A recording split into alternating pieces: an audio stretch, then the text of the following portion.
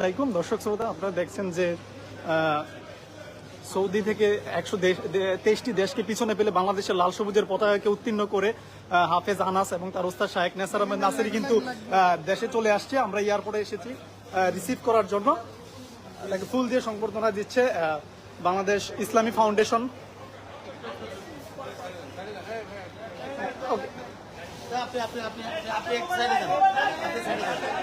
দর্শক আপনারা দেখছেন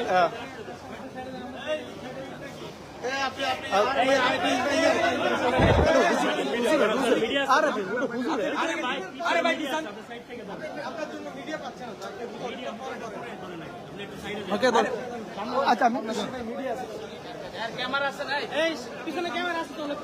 দর্শক আপনারা যে জায়গা থেকে দেখছেন আপনারা বেশি বেশি করে শেয়ার করে দেন। আমরা